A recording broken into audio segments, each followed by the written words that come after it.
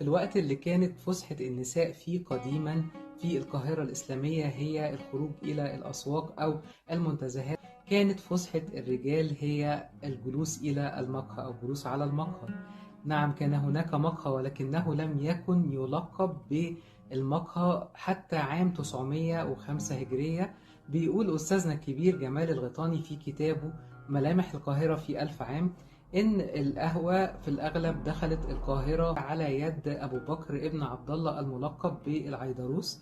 هو يمني، وفي أحد المرات كان بيتمشى فلقى إن في ثمار من البن واقعة بكثرة في الأرض، فجرب إن هو ياكلها. بيقول وجدت فيها تجفيفا للدماغ واجتلابا للسهر وتنشيطا للعبادة، فاتخذ منها مأكل ومشرب. جابها مصر وانضمت القهوة إلى الحلبة والقرفة والجنزبيل والكركديه، وظهرت القهوة في أكتر من لوحة من لوحات المستشرقين واتكلموا عنها، وقالوا إن القاهرة كان لوحدها فيها أكتر من 1200 قهوة. ده اللي بيقولوا كتاب وصف مصر، وبيوصفوا القهاوي وقتها. بيقولوا ان كانت بسيطة جدا، والاساس بتاعها عبارة عن دكك على طول الحوائط، ودكة او دكتين على قدام الواجهة، وان الواجهة كانت معمولة من الخشب على الطراز الاسلامي.